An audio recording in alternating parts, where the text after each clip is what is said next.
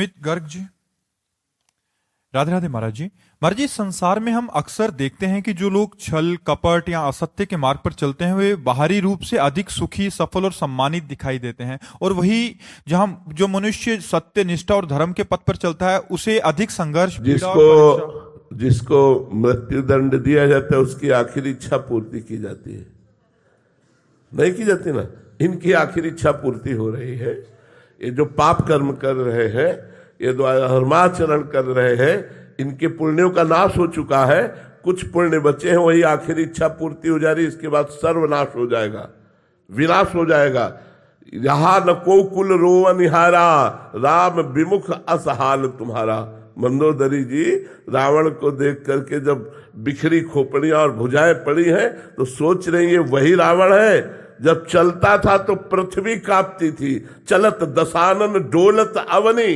भुजाओं को ठोक देता था तो लोक के लोक खाली हो जाते थे। आज वही रावण बंदरों के पैरों की ठोकर में उसकी खोपड़ियां फुटबॉल की तरह दौड़ रही मैदान में। तो कहा राम विमुख असहाल तुम्हारा, रहा न को कुल रोवनिहारा। तुम्हारी आखिरी इच्छा पूर्ति की जा रही है। जैसे मृत्यु का दंड देने वाले पूछा जाता तुम्हारी आखिरी इच्छा क्या है, बोले हमको ये खवा दो, ये दिखा दो। हाँ, तो वो खवाया जा रहा है तो देखकर कुछ ये मत वालों के सुखी है। अब वो गड़ासे के नीचे जाने वाला है, अब उसका नाश होने वाला है। दीपक की तरह जलो, धर्म पूर्वक चलो तो कुल परंपरागत चलोगे। हाइलोजन की तरह जलोगे, फ्यूज हो जाओगे। अधर्माचरण करने वाला हाइलोजन की तरह प्रकाशित होता है, फ्यूज हो जाता है, क्योंकि उसके सुकृत नष्ट हो जाते हैं। इसलिए ये देखो मत कि वो पापाचरण करते हुए उन्नति को प्राप्त हो रहा है। ये समझ लो उन्नति को नहीं, वो नाश को प्राप्त हो रहा है। धर्माचरण करते हुए वो दुख को प्राप्त हो रहा है, वो दुख को नहीं, उसके पाप नष्ट हो रहे हो। आगे चलकर बहुत सुख को प्राप्त होगा। जैसे दुर्योधन बड़ा फूला हस्तिनापुर के सिंहासन के लोभ में, चूंकि पिता बैठे हुए थे, मनमानी दुर्व्यवहार किया पांडवों के साथ। परिणाम क्या हुआ? हस्तिनापुर के चक्रवर्ती सम्राट पर महाराज युधिष्ठिर बैठे और एक भी भाई जीवित नहीं बचा, सब मारे गए। अधर्माचरण करने वाला परिणाम में नाश को प्राप्त होता है, और धर्माचरण करने वाला भले दुख भोगे, परिणाम में विजय को प्राप्त होता है, सुख को प्राप्त होता है। ये बात बैठा लेनी चाहिए। अधर्माचरणियों की उन्नति देख करके अधर्माचरण नहीं करना चाहिए कि ये बड़े सुखी नहीं है, बड़े अशांत, चिंता, भय और शोक से ग्रसित है, और परिणाम में उनका पतन होगा। उनमें विपत्ति और दुख का ऐसा तांडव मचेगा कि वो नष्ट हो जाएंगे। महाराज जी, आप तो सबके हृदय की अंतःकरण की स्थिति को जानते हैं। महाराज जी, ऐसे जनों की अंतःकरण की स्थिति बड़ी भयावह, बड़ी गंदी होती है, बड़ी गंदी होती है। बाहर से नकाबपोश की तरह मुस्कुराते दिखाई देते हैं, हंसते दिखाई देते हैं, अंदर जलते हैं। क्योंकि जब तक चित्त धर्म से नहीं चलेगा तब तक शांति, निर्भयता, सुख, विश्राम ये प्राप्त नहीं हो सकता, कदापि प्राप्त नहीं हो सकता। जीवन भर जलते रहते हो, मरने के बाद नरक में जलाए जाते हैं, नरक में दुख भोगना पड़ता है। इसलिए पाप से डरो, अधर्माचरण से डरो, यही दुख भोगना पड़ता है। नरक की तो बात जाने दो। अवश्य में भोक्तव्यम कृतम कर्म शुभाशुभम। जो शुभ और अशुभ कर्म किए जाते हैं उनका भोग भोगा जाता है। इसलिए पापाचरण से डरो, पापाचरण मत करो। देखो, बचपन से भजन मार्ग में लगा हूं, किसी जन्म का पाप कर्म हमारे ऊपर लागू हुआ तो दोनों किडनी फेल हो गई।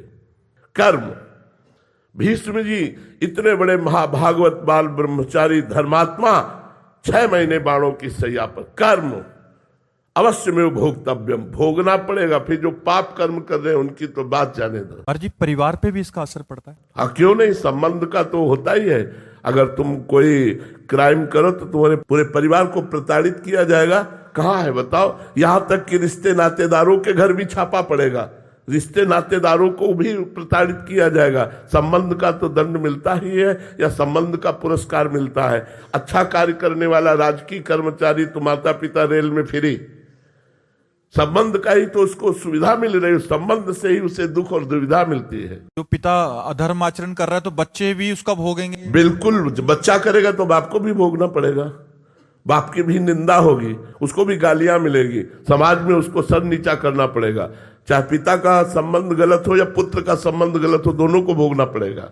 अधर्म आचरण से आया हुआ धन भी प्रभावित, पूरे परिवार को शोकित करेगा, पूरे परिवार को शोकित करेगा। और दिखता है तो एक गाड़ी बंगला सब बन गया। ये सब बाहरी है, बाहरी है। ये कुछ दिन के बाद बाहरी भी नहीं रहेगा और आंतरिक भी नहीं रहेगा। आंतरिक तो जलते ही रहते हैं, बाहरी है ये कुछ दिन के लिए है, कुछ दिन के लिए है। देवकी वसुदेव जी को हथकड़ी में डाले हुए कुछ दिन के लिए समय है उसका, सुकृत जब तक है तब तक ठीक है। केस पकड़कर पूरी सभा में पटक पटक कर कंस को मारा, जो महाबली था। ऐसा बलि था कि जरासंध प्रसन्न होकर अपनी 2 पुत्रियों का ब्याह किया था। तो जब तक पुण्य है तब तक धर्मात्मा पुरुष को दुख दे लो और पाप कर लो, और जिस समय तुम्हारे पुण्य नष्ट होंगे, विध्वंस हो जाओगे, किसी कार्य में तुम सफल नहीं हो पाओगे। अभी तुम्हारे पुण्य इसलिए सफलता दिखाई दे रही है। जी पापाचरण वालों को तो समझ आया, बट ये जो धर्माचरण कर रहे हैं फिर भी दुखी हैं, इनका क्या रहस्य है? पूर्व जन्म के जो पाप है, अब उनके पाप का जो क्रम लागू हुआ है वो नष्ट हो जाएंगे।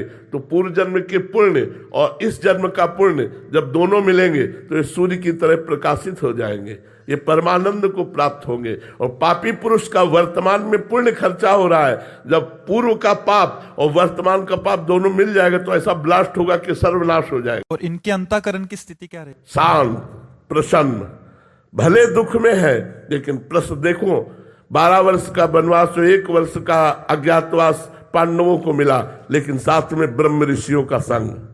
ये सौभाग्य कि बड़े बड़े ब्रह्म ऋषि भगवान की चर्चा सुनाते हुए उनको 12 वर्ष समझ में ही नहीं आया कैसे कट गए।